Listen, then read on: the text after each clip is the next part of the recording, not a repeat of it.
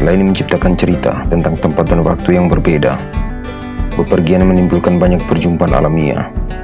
Dan saya tidak sedang memberitahu kamu tentang tempat dan waktu, tetapi cara baru untuk melihat sesuatu.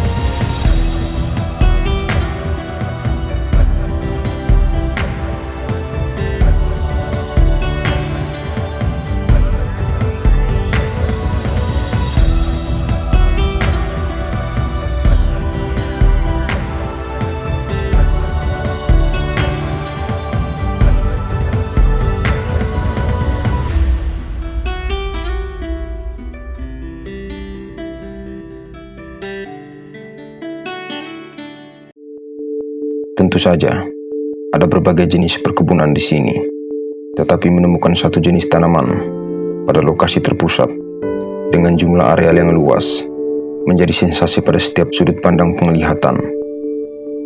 Mereka menyebutnya jenis tanaman jambu mete, salah satu jenis komoditi paling banyak ditanami oleh masyarakat karena faktor kecocokan tanah dan cuaca. Adapun berbagai keuntungan lain dari komoditi ini terletak pada proses panen bagi petani. Memisahkan biji jambu dari buah adalah proses singkat bagi petani memanen hasil komoditi sebelum dijual. Proses memanen yang terbilang tidak rumit menjadikannya komoditi unggulan bagi masyarakat setempat untuk ditanam pada perkebunan mereka. Karena itu, hamparan hijau perkebunan jambu ini membentang hampir di setiap lereng bebukitan. Salah satu penentu perkiraan hasil panen jenis komoditi ini adalah bunga pada setiap pucuk ranting yang dapat dipengaruhi oleh cuaca dan curah hujan. Turunnya hujan pada saat berbunga menyebabkan gagalnya proses pembuahan, termasuk beberapa jenis hama yang menyerang. Walaupun begitu, sepertinya mereka hampir tidak punya ingatan tentang kapan terakhir kali gagal panen. Cuaca dan hama yang bersahabat menjadikan lokasi ini penghasil komoditi jambu terbesar di daerah ini. Terdapat satu dari sekian faktor penentu utama mengapa dapat berkembang secara maksimal komoditi yang dihasilkan dari jenis tanaman ini, yaitu cuaca. Akan berkembang secara normal pada cuaca atau daerah panas dan sangat sulit menghasilkan buah yang rimbun pada daerah dingin. Kemampuan beradaptasi pada daerah panas akibat rendahnya curah hujan menjadikannya tanaman yang tidak banyak mengeluarkan sumber daya ekstra untuk perawatan. Banyak dari masyarakat setempat menjadikan komoditi dari jenis ini sebagai pemenuhan kebutuhan pokok tambahan karena permintaan pasar dengan harga yang menjanjikan.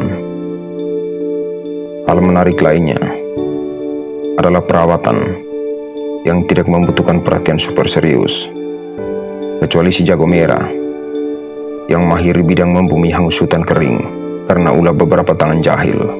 Pola penanaman jambu yang selalu berada pada pematang sebelumnya merupakan pemanfaatan lahan untuk kebutuhan lain seperti padi, jagung, dan beberapa hasil pertanian jangka pendek lainnya. Dengan begitu, para petani lebih mudah lakukan pembersihan serta perawatan lain, tetapi hal itu hanya dapat dilakukan beberapa tahun sebelum dedaunan pada setiap dahan pohon jambu bertumbuh melebar ke setiap sisi. Karena itu, sulit untuk menanam jenis tanaman pangan lain pada naungan pepohonan jambu. Lokasi yang masih sangat terbuka ini sepertinya akan terus ditanami dengan jenis komoditi yang sama, sedangkan beberapa lokasi kosong sepertinya telah terisi penuh dengan anakan jambu. Hanya saja usia tanam yang belum cukup memperlihatkan ukuran pohon yang mulai tinggi. Beberapa lahan yang masih terdapat cukup ruang terserapnya cahaya matahari untuk proses fotosintesis akan dapat dengan mudah berkembang maksimal tanaman jangka pendek lain. Tetapi sepertinya sangat sulit pada tempat tertentu yang telah ditutupi karena rimbun dedaunan pada ranting pepohonan jambu ini. Karena itu, sering dijumpai jerami padi dan beberapa pangan lokal lainnya pada lokasi yang terbuka dan sulit menemukan pada lahan tutupan dengan naungan pepohonan jambu, kecuali rerumputan halus melata.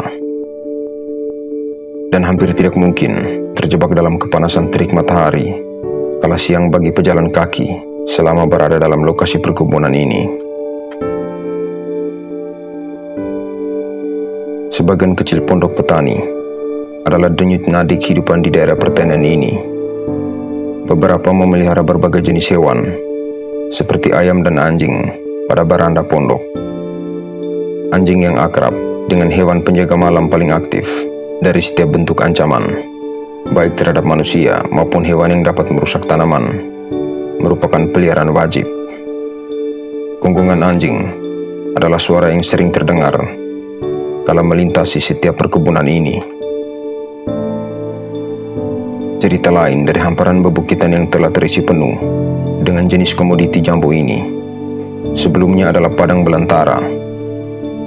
Hanya terdapat rerumput ilalang yang selalu menari kala siang hari oleh hempasan angin, dan 3-4 pepohonan yang berdiri tegak lurus pada lahan. Karena itu, hampir tidak mungkin terdapat objek yang menghalangi penglihatan sejauh mata memandang dimanapun Anda berada pada lokasi ini sebelumnya. Terima kasih telah menonton.